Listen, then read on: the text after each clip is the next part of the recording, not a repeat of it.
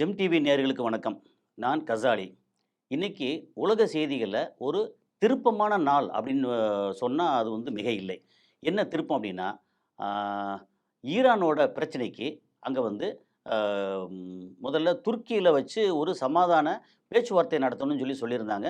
அப்போ சில நாடுகள் பேரெல்லாம் சொல்லி அமெரிக்கா இந்தந்த மாரி நாடுகள்லாம் வந்து பேச்சுவார்த்தையில கலந்துக்கிறோம் அப்படின்னு சொன்னாங்க. ஆனா ஈரான் என்ன பண்ணிட்டாங்க வந்து, அந்த மாரிலாம் வரக்கூடாது. எங்களுக்கு துருக்கி மேல நம்பிக்கை இல்ல. துருக்கியில பேச்சுவார்த்தை முடியாது அப்படின்னு சொன்னதுக்கப்புறம், இப்போ ஓமான்ல வச்சு இன்னைக்கு பேச்சுவார்த்தை இன்னைக்கு ஆரம்பிக்குது. எத்தன மணிக்குன்னு கரெக்ட்டா சொல்லல. பட் 6ஆம் தேதி இன்னைக்கு ஆரம்பிக்குது அப்படின்னு சொல்லி சொல்லியிருக்காங்க. அந்த இதில வந்து ரொம்ப முக்கியமா ஆ அ ம் அ அமெரிக்கா வந்து என்ன சொல்றாங்க அப்படின்னா, இவுங்க இந்த மாரி நியூக்ளியர் என்ரிச்மென்ட் யுரேனியம் என்ரிச்மென்ட் நியூக்ளியர் பாம் இதுக்காக வந்து எதுவும் பண்ணக்கூடாது.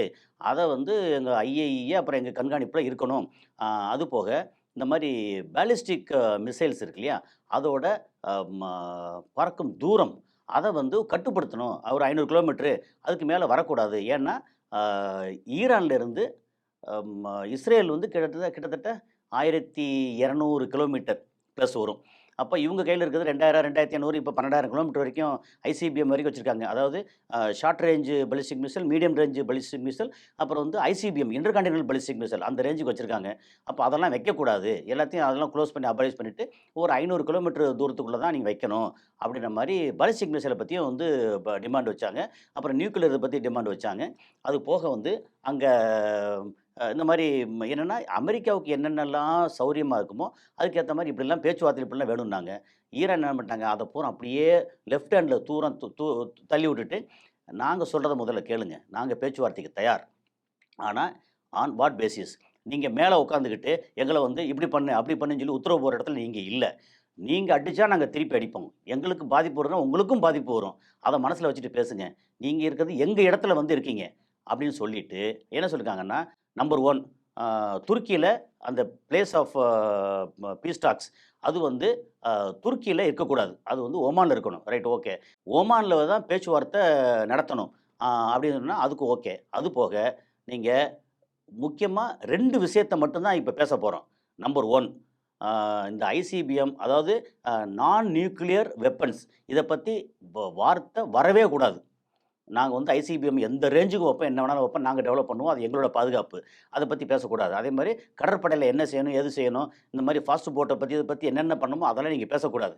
அது போக நீங்க பேச்சுவார்த்தை வந்து இந்த நியூக்ளியர் வெப்பன் இத பத்தி மட்டும் பேசணும். அதுல நாங்க நியூக்ளியர் வெப்பன் பண்ணல. அதுக்கு நாங்க ஒத்துக்கிறோம். அதே நேரத்தில நீங்க வந்து மொத்தத்துக்கு எங்க இடத்துல உழப்புறதுக்கெல்லாம் நாங்க விடமாட்டோம். அப்படின்னு சொல்லி ரொம்ப ஸ்ட்ராங்கா நியூக்ளியர் பத்தி பேசுவோம். ஆ அதாவது அணு ஆயுதம் தயாரிப்பு, யுரேனியம் என்ரிச்மென்ட் அதில என்னென்ன கண்டிஷன்ஸோ அதிலயும் ஒரு குறிப்பிட்ட அளவு தான் கண்டிஷன்ஸ். அந்த அளவுக்கு பேசுவோம். அப்புறம் நம்பர் 2 ரொம்ப முக்கியமானது, அமெரிக்காவோட உச்சந்தலையில ஓங்கி அடிச்ச டிமாண்ட். இத பத்தி பேசுறதா தான் நாங்க வந்து பீஸ் டாக்ஸ் வருவோம் அப்படின்னு இருக்காங்க. என்னன்னா, எங்க மேல 45 வருஷமா இப்ப வந்து கொஞ்சம் கொஞ்சமா ஏத்தி சாங்ஷன் சொல்லி பொருளாதார தடை விதிச்சிருக்கீங்கல்ல, அந்த பொருளாதார தடை முற்றிலும் நீக்கப்பட வேண்டும். அப்படி முற்றிலும் நீக்கப்படல, அந்த பொருளாதார தடைய நீக்கிறத பத்தி பேசலன்னா, நாங்க பேச்சுவார்த்தைக்கு வரல. அப்படின்னோன, "இல்ல பேசுவோம்" அப்படின்னு சொல்லித்தான் இன்னைக்கு பேச்சுவார்த்தைக்கு இங்க ஈரான்ல இருந்து வெளியுறவு அமைச்சர் அப்பாஸ் ஆராக்ச்சி வந்து அங்க போயிருக்கிறாரு. அது போக அமெரிக்கால இருந்து அங்க வெளியுறவு அமைச்சர், அ அப்புறம் கூட அங்க அங்க அதிகாரிகள் அப்படின்னு சொல்லி அங்க போயிருக்காங்க. இன்னைக்கு ஓமான்ல வச்சு ஓமான் அங்க இருக்க அரசு, அ ஈரான் அதுக்கப்புறம் பேச்சுவார்த்தையில எப்படி வரும்போது எகிப்து, துருக்கியலாம் வருவாங்க. இது வந்து அலோவ் பண்ணியிருக்காங்களான்னு தெரியல இப்போ. ஸோ பேச்சுவார்த்தை இன்னைக்கு வந்து நடக்குது. இந்த பேச்சுவார்த்தை நடந்தா என்னென்ன விளைவுகள் ஏற்படும் அப்படின்னு ஒன்று இருக்கு இல்லையா? இப்ப என்னன்னா பேச்சுவார்த்தைக்கு அ இஸ் ரஷ்யாவோ, சைனாவோ என்ன சொல்றாங்க? ரைட் ஓகே பேசுங்க. அப்புறம் உங்களுக்கு ஆயுத சப்ளை பூரா நாங்க பண்றோம். நம்ம உறவு அப்படி இருக்கட்டும் அப்படின்னு சொல்றாங்க. அப்ப ஈரானுக்கு என்ன ஒரு பெரிய ப்ளஸ் வரும்னா, ஒருவேளை இவங்க சொன்ன அந்த அ இது இருக்கே நம்ம சாங்ஷன்ஸ் பொருளாதார தடைய முற்றிலும் நீக்கியாச்சு அப்படின்னா, இங்க ஈரான்ல உற்பத்தி ஆகக்கூடிய எண்ணெய யாருக்கு வேணாலும், என்ன கரன்சில வேணாலும், எவ்வளோ வேணாலும் விக்கலாம். இன்னைக்கு வந்து ஒரு 45 லட்சம் பேரல் பெர் டே எடுக்குறாங்களா, அத வந்து அவங்க இன்கிரீஸ் பண்ண வாய்ப்பு இருக்கு. அது போக அந்த ஸ்டேட் ஆஃப் ஹார்மோஸ்ன்ற அந்த ஹார்மோஸ் ஜலசந்தி அந்த இடம் வந்து ஈரான் கண்ட்ரோல்ல இருக்கு. மத்தவங்க வர்றாங்க அப்படின்னா, ஈரானோட கருணையில தான் அங்க வர முடியுன்ற இடத்துல அந்த முக்கியமான ஜலசந்தி இருக்கு. ஸோ அப்போ என்னன்னா, ஈரான் கை ஓங்கும். அதுக்கப்புறம் இந்த ம இத வந்து சாங்ஷன்ஸ்லாம் தூக்கிட்டாங்கன்னா, அவங்க நாட்டோட அந்த பொருளாதாரம் இன்னைக்கு வந்து $1 அகைன்ஸ்டா வந்து 14,50,000 ரியால் இருக்க, அது அப்படியே வந்து வலிமை பெறும். அப்படியே குறைஞ்சு மக்களோட வாழ்க்கை தரமும், அப்புறம் அவங்களுக்கு வெளிநாட்டிலேருந்து இம்போர்ட் பண்ணக்கூடிய உணவுப் பொருளா இருக்கட்டும், மருந்து பொருளா இருக்கட்டும், வேற வேற எலக்ட்ரானிக் ஐட்டங்களா இருக்கட்டும், அப்புறம் தேவைப்படுற பில்டிங் கன்ஸ்ட்ரக்ஷன் பண்ணக்கூடிய மெட்டீரியலா இருக்கட்டும், எல்லா விதமான மெட்டீரியல்ஸ், மினரல்ஸ், ரா மெட்டீரியல்ஸ் அப்படின்னு அத்தனையும் எந்த நாடுகள்லேருந்து வேணுமானாலும் அவங்க இம்போர்ட் பண்ண முடியும் அப்படின்னு ஒரு சூழல் வரும். ஸோ இந்த சூழல் வந்து ஈரான் தன்னை பலப்படுத்திக்கிறதுக்கு, அதாவது ஒண்ணுமே குடுக்காம, அன்னந்தண்ணி குடுக்காம, பட்டினி போட்டுருக்கும்போதே, அவங்க வந்து இவ்வளோ ஆயுதங்கள சேகரிச்சு, இவ்வளோ ஆயுதங்கள ரிவர்ஸ் என்ஜினியரிங்ல பண்ணி, இவ்வளோ தூரம் வச்சாங்கன்னா, மொத்த உலகமும் இவங்களுக்கு திறந்து விட்டா என்ன நடக்கும்? எல்லாரும் வந்து இன்வெஸ்ட் பண்ணுவாங்க. அதுக்கப்புறம் இவங்க அவங்களுடைய பெட்ரோலியம் ப்ராடக்ட்ட விப்பாங்க. இங்க வேற அக்ரிகல்ச்சர் சம்மந்தமாவோ, வேற இண்டஸ்ட்ரி சம்மந்தமாவோ என்னென்ன டெவலப் நடக்கும். அதுபோக அவங்களோட வருமானம் எக்கச்சக்கமா வந்துருச்சுன்னா, மக்களுக்கு வந்து பசி குறைஞ்சிரும், வறுமை குறைஞ்சிரும். அப்ப என்ன நடக்கும்? இவங்களோட கை ஓங்கிரும். அப்படி ஓங்குச்சுன்னா, அடுத்து அமெரிக்கா அங்க கெஞ்சுற நிலைமைக்கு வரும். வேற வழியே இல்ல. அதுபோக அ என்ன காரணத்த கொண்டும் அ இஸ்ரேல் அங்க அப்பர் ஹேண்ட் எடுக்கவே முடியாது. எடுத்தா உச்சந்தலையில ஓங்கி அடிப்பாய்ங்க. ஏன்னா, இன்னைக்கு இருக்கிற ஆயுத பலத்த விட, ஆ இந்த இதெல்லாம் நீக்கியாச்சுன்னா, சாங்ஷன்ஸு பொருளாதார தடையெல்லாம் நீக்கியாச்சுன்னா, அவங்களோட வருமானம் ஜாஸ்தியாச்சு அப்படின்னா, அவங்களோட பலம் வந்து இன்னும் அதிகரிக்கும். அதெல்லாம் போக, மத்த நாடுகளுக்கு சுத்தி உள்ள அத்தன நாடுகளுக்கும் இவங்க வந்து வியாபாரம் பண்ணலாம். சுத்தி உள்ள நாடுகள்ல இருந்து இவங்களுக்கு வந்து எல்லா விதமான பொருட்களும் வந்து சேரலாம். மக்கள் வந்து எளிதா வந்து எல்லா நாடுகளுக்கும் போக்குவரத்து எல்லாம் பண்ண முடியும் அப்படின்னா, அடுத்து வந்து ஒரு உதாரணத்துக்கு ஒரு 5லேருந்து 10 வருஷம் ஈரான் சூப்பர் பவர் ஆயிரும். அப்படின்ற ஒரு சூழல் வரும். அதுபோக இந்த அணு ஆயுதம் பரவல் தடை சட்டம். அதுல அவங்க கையெழுத்து போட்டு, ஓகே நாங்க வந்து அணு ஆயுதம் பண்ணல அப்படின்னு சொன்னா கூட, அவங்க கையில இருக்கிற அணு ஆயுதம் இருக்குல்ல, அதெல்லாம் காமிக்க மாட்டாய்ங்க. இல்ல இந்த மாரி இருக்கு, இவ்வளோ இருக்கு அப்படின்னு சொல்லி ஏதாவது ரொம்ப உரண்ட இழுத்தாங்கன்னா, பிரச்சனை பண்ணாங்கன்னா, உன்னோட எல்லை இதுவரைக்கும். வந்தியா? இந்த இடத்துல என்ரிச் பண்றோமா? நாங்க இத செக் பண்ணி பாரு. எத்தன பெர்சன்டேஜ் இருக்கு? இவ்வளோ இருக்கா? எங்க கையில என்னென்ன யுரேனியம் எவ்வளோ இருக்கு? இத மட்டும் பாரு. மத்த உள்ள வந்து உள் வீட்டுக்குள்ள பெட்ரூம் வரைக்கும் வந்து மோந்து பார்க்கறதுக்கு உனக்கு தேவையில்ல அப்படின்னு அவங்களோட ரெஸ்ட்ரிக்ஷன் இருக்கு. ஏன்னா ஈரான் வந்து அவ்வளோ ஈஸியா பயமுறுத்தியெல்லாம் ஒண்ணும் பண்ண முடியாது. அவங்க ஏற்கனவே பெரிய அளவுல டெவலப் ஆகியிருக்காங்க. அப்படிங்கிற ஒரு சூழல்ல இன்னைக்கு பேச்சுவார்த்தை என்ன நடக்க போகுது? சரி இவங்களுக்கு ஈரானுக்கு பெரிய ப்ளஸ்ஸா மாறும். ஆ அமெரிக்காவுக்கு என்ன நடக்கும்? அமெரிக்காவுக்கு என்னன்னா அந்த இதில பேச்சுவார்த்தையில நாங்க வந்து வெற்றி அடைஞ்சுட்டோம் அப்படின்னு ட்ரம்ப் அட்லீஸ்ட் ஒரு சின்ன பெருமூச்சு விட்டுக்கலாம். நாங்க வந்து இங்க யுஎஸ்எஸ் ஆப்ரஹாம் லிங்கன் கப்பல் இருக்கட்டும், அதுக்கு சுத்தி கூட வர்ற கப்பல், அப்புறம் F-35 இருந்து எல்லா விமானத்தையும் அனுப்பிச்சு வச்சோம். அப்புறம் என்ன நடந்துச்சு? தோத்துட்டு வந்துட்டீங்களான்னு ஒரு கேள்வி வரும்ல.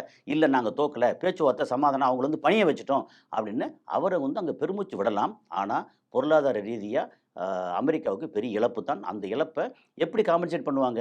அங்க சுத்தி உள்ள நாடுகள்ல ஆயுதத்த வித்தோ, இத வித்து என்னத்தையாவது செஞ்சு அக்ரீமெண்ட்ட போட்டு அங்கேருந்து காசு அள்ளிட்டு போறதுக்கு பார்ப்பாங்க. ஆனா அமெரிக்காவுக்கு முன்ன மாதிரி அ ய ஈரான காமிச்சு இந்த பூச்சாண்டி வர்றான், பூச்சாண்டி வர்றான்னு காமிச்ச மாரி, ஈரான காமிச்சு பக்கத்து நாடுகள்லாம் ஆயுதம் விக்க முடியாது. அப்படிங்கிற ஒரு சூழல் வரும். இது வந்து இந்த பேச்சுவார்த்தை வெற்றி அடைஞ்சாலும் சரி, தோல்வி அடைஞ்சாலும் சரி, அமெரிக்காவுக்கு இழப்பு. அதே மாரி இஸ்ரேல் நிலைமை. இஸ்ரேல் இன்னைக்கு எல்லாத்தையும் அடிச்சாங்கல்ல, அப்போ எனக்கு வந்து பாலஸ்தீனத்த திரும்ப வந்து அங்கீகாரம் குடுக்கணும் அப்படின்னு சொல்லி போர்க்கொடி ரொம்ப ஜாஸ்தியாகும். இப்ப காசால திரும்ப அடிச்சாங்கன்னா, நீ எப்படி அடிக்க போச்சு அப்படின்னா, அங்க வந்து எல்லா நாடும் சேர்ந்து இஸ்ரேலுக்கு அகைன்ஸ்டா வர்றதுக்கு வாய்ப்பு இருக்கு. அப்ப என்ன ஆகும்? இந்த அங்க சுத்தி இருக்கிற இஸ்லாமிய நாடுகள் இருக்காங்க இல்லையா? அவங்களுக்குள்ள ஒற்றுமை எப்பவுமே வர்றதில்ல. இஸ்லாமியர்களுக்குள்ள ஒற்றுமை வராது. ஆனா, இந்த அரசியல் ரீதியா வேற வழி இல்ல அப்படின்னு ஒரு ஒற்றுமை ஏற்படுறதுக்கு வாய்ப்பு இருக்கு. அ இஸ்ரேல் வேற வழி இல்ல. கொஞ்சம் பணிஞ்சு போறதுக்கான வாய்ப்பும் இருக்கு அப்படிங்கிறது. சரி இந்த நேரத்தில இந்தியாவோட நிலைமை என்ன ஆகும் அப்படின்னா, இதுதான் நீங்க பொருளாதார தடை நீக்கியாச்சே, அப்ப நாங்க வந்து ஈரான்ல பெட்ரோலியம் வாங்குவோம். ஏன்னா, இங்க வெனிசுலால அமெரிக்கா சொல்ட்டாங்க நீங்க வாங்கிக்கோங்க அப்படின்னு சொல்லி. என்ன வெனிசுலாவோட கச்சா எண்ணெய், சவுதி அரேபியாவோட கச்சா எண்ணெய், ஈரானோட கச்சா எண்ணெய், அப்புறம் இஸ்ரேலோட கச்சா எண்ணெய். இதெல்லாம் கம்பேர் பண்ணீங்கன்னா, வெனிசுலா வந்து அது இம்ப்யூரிட்டி ஜாஸ்தி. அத ரிஃபைன் பண்ணி பெட்ரோல், டீசல், மண்ணெண்ணெய், நாஃப்தா இந்த மாரி இதெல்லாம் வந்து மாத்துறதுக்கு, அதுக்கு செலவு வந்து ரொம்ப அதிகம். ரிஃபைனரி வந்து ரொம்ப செலவு அதிகம் வெனிசுலாவோட பெட்ரோல். அங்கே வந்து உலகத்திலே அதிகமான ஸ்டாக் இருக்குது, இதெல்லாம் வாஸ்தவம் தான். ஆனால் அதோட பியூரிட்டி பார்த்தீங்கன்னா, சவுதி வந்து நல்ல பியூரிட்டி, ஈரான் நல்ல பியூரிட்டி, ரஷ்யா நல்ல பியூரிட்டி இருக்குது. ஆனால் வெனிசுலாவில் பியூரிட்டி இல்லை. அப்போ இதுக்கு வந்து உதாரணத்துக்கு சும்மா ஒரு அப்ராக்சிமேட்டாக சொல்கிறோம். இந்த இதை வந்து 1 லிட்டர் பெட்ரோலாக கொண்டு வர்றதுக்கு அது வந்து ரூ. 10 செலவாகுது அப்படின்னா, வெனிசுலா இது வந்து ரூ. 15 செலவாகும். அப்போ ஒன்னொன்னுக்கு இவ்வளோ மாதிரி எக்ஸ்ட்ரா செலவாச்சு அப்படின்னா என்ன நடக்கும்? அங்கே வந்து வெனிசுலா இது வந்து நமக்கு வெளி சந்தையில விக்கும்போது நமக்கு கட்டுப்படி ஆகாது. லாபம் கிடைக்காது. அப்படிங்கிற ஒரு சூழல் வரும். அப்போ ஈரானோட பெட்ரோல் நம்ம வாங்க போறோம்ன்னு சொல்லுவோம். அப்போ ஈரானுக்கு வந்து நீங்க சாங்ஷன் வந்து தூக்கியாச்சு அப்படின்னா, இனி ரஷ்யா வந்து பிரச்சனைக்கு வரும். அப்ப இதெல்லாம் சேர்ந்து மொத்தத்துக்கு சுத்தி முத்தி எப்படி பார்த்தாலும் இந்த வேர்ல்டு ஆர்டர்ன்னு சொல்லுவாங்க இல்லையா? அந்த அ சிங்கிள் போலார் அப்படிங்கிறத பைபோலார், ட்ரைபோலார் அப்படிங்கிறதுக்கான வர வாய்ப்பு இருக்கு. அது பிரச்சனையில வந்து சேர்ந்து வரப்போகுதா? அல்லது பிரச்சனை இல்லாம பரவால்ல அப்படின்னு வரப்போகுதா? அப்படிங்கிறது தான். ஸோ இந்த பேச்சுவார்த்தை சுமூகமா நடந்து நம்மளுடைய விருப்பமெல்லாம் என்ன அப்படின்னா, இங்க ஓமான்ல பேச்சுவார்த்தை நடக்கட்டும். அணு ஆயுத உற்பத்தி ஃபோர்ஸ்ல வந்து நம்ம கோபத்தில நாங்க யார் தெரியுமா? அப்படின்னு வெறுமனே உருண்டை இழுத்து ஒரு மாரி மூர்க்கத்தனமா பண்ணாம, எப்படி வந்து ஈரான் ஏற்கனவே மூர்க்கத்தனம் எதுவும் பண்ணல. அவங்க கடந்த ஒரு சில வருடங்களாவே 20, 19, 20, 21, 22, 23, 24, 25ன்னு வருஷம் ஒவ்வொரு வருஷமும் இந்த இஸ்ரேல்ல வந்து அடிச்சிருக்க அடி, அதுக்கெல்லாம் திருப்பி அடிச்சுதானே எப்போ இஸ்ரேல காலி பண்ணியிருக்கணும். ஆனா அந்த மாரி இல்லாம தனக்கு என்ன இலக்கோ அப்படி பொறுமையா இருந்து ஒண்ணொன்னா அ பொறுமை காத்தாங்க. அடிக்கும்போது இங்க வந்து அடிக்கும்போது 25ல அடிக்கும்போது 12 நாள் பொருள திருப்பி அவங்க வந்து மிசைல் அனுப்பி, "எங்களோட பலம் இது இருக்கு. என்னை நீ சீண்டாத. நான் வந்து அமைதியா உட்கார்ந்திருக்க சிங்கம்" அப்படின்னு சொல்லி சொன்னாங்க இல்லையா?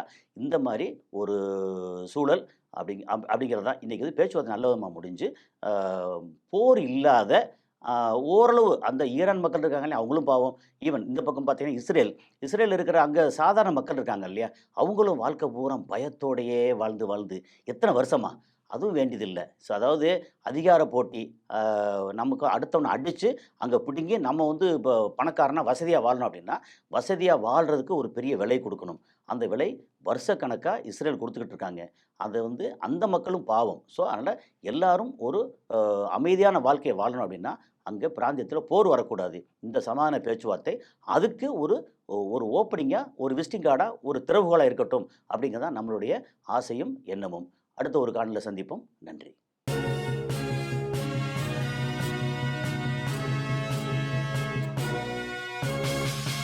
உடனுக்குடன் அப்டேட் தெரிந்து கொள்ள ஜெம் டிவி தமிழ் ஆப்பை இன்ஸ்டால் செய்யவும்.